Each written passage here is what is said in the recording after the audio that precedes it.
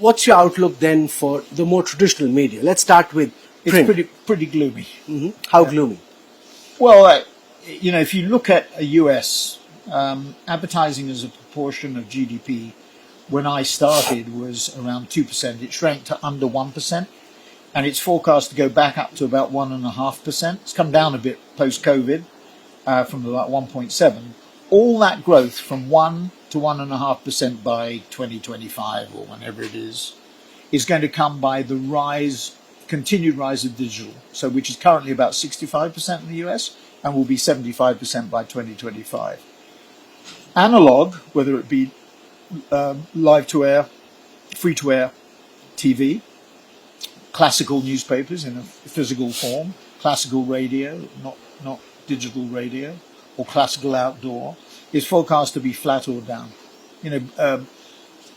Bob Iger, when he came back to, or actually before he came back to Disney, which I think is good for Disney, Bob Iger, despite what Nelson Peltz might say, Bob Iger was quite clear about what was going to happen to free to air, and owning ABC as part of Disney was quite clear that the streamers were the future. I mean, there's too many of them, and there has to be consolidation. So I think the future for traditional media will continue to be under pressure. Now, I have to admit that I look at somewhat subjectively, because our business is 100% digital, and your next door neighbours are our operation in New Delhi, and we're very focused on digital. Our clients, 50% of our revenue comes from tech.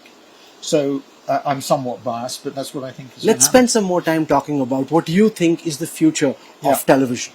Yeah. In the way that it exists, in the way that you see it evolve. Well, I think the frustration that our clients have. We did a piece last year on what is known as TV frequency capping and reach. And TV frequency capping is a lot of clients get very upset because media agencies, media buyers, continue to run an ad in each break, the same ad. Consumers get upset, and the clients get upset because they think they're wasting money. So that's and there's a capping of that is necessary. And then they look at the reach of young viewers of traditional media, and it's declining. So a lot of clients are saying, why am I spending inordinate amounts of money on classical TV or analog TV and repeating the problem? Why don't I cap it? And why don't I move money to digital, which is probably easier to measure? It's not perfect by any means, but it's probably easier to monitor and perfect. That media mix modeling that I think is becoming more and more important is something that our clients are very focused on. So I think inevitably that's the way things are going. I mean, ultimately, everything will be digital in some way, shape or form. So it'll be 100%. But, our interest is ensuring that technology is used in the most effective way to create change and more efficiency for our clients and more effectiveness.